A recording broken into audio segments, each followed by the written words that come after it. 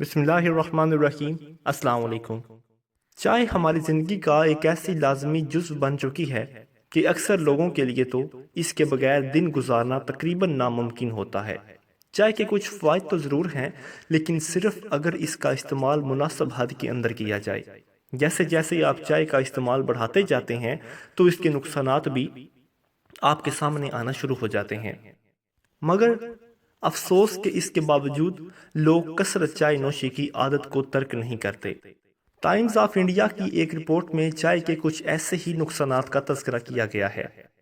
ان میں سے ایک عام پائے جانے والے مسئلے کا ہم میں سے اکثر لوگوں کو سامنا کرنا پڑتا ہے۔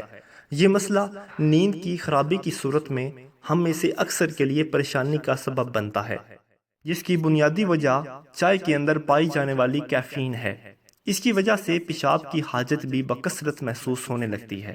چائے میں ایک اور کیمیکل تھیوفیلائن بھی پایا جاتا ہے جو قبض کا سبب بھی بنتا ہے۔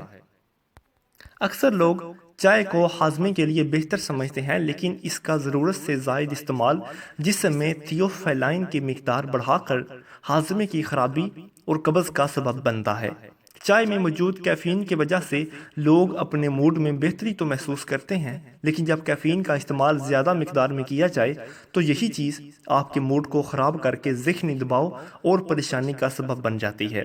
حاملہ خواتین کو تو چاہیے کہ چائے سے مکمل طور پر پرہیز کریں، کیونکہ اس میں موجود کیفین بچے کی نشو و نما کو متاثر کرتی ہے اور بعض سنگین کیسز میں اسقاط حمل کا باعث بھی بن سکتی ہیں۔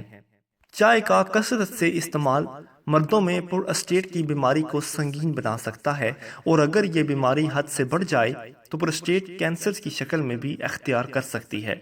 نظام دوران خون اور دل کی صحت کے لیے بھی کیفین کا زیادہ استعمال اچھا نہیں ہے، اس لیے دل کی بیماری میں مبتلا افراد کو چاہیے کہ وہ ہر صورت میں پرہیز کریں، اور جن لوگوں کو یہ مسائل لاحق نہیں ہیں انہیں بھی چائے کا استعمال محدود رکھنا چاہیے تاکہ دل کی بیماری سے محفوظ رہیں۔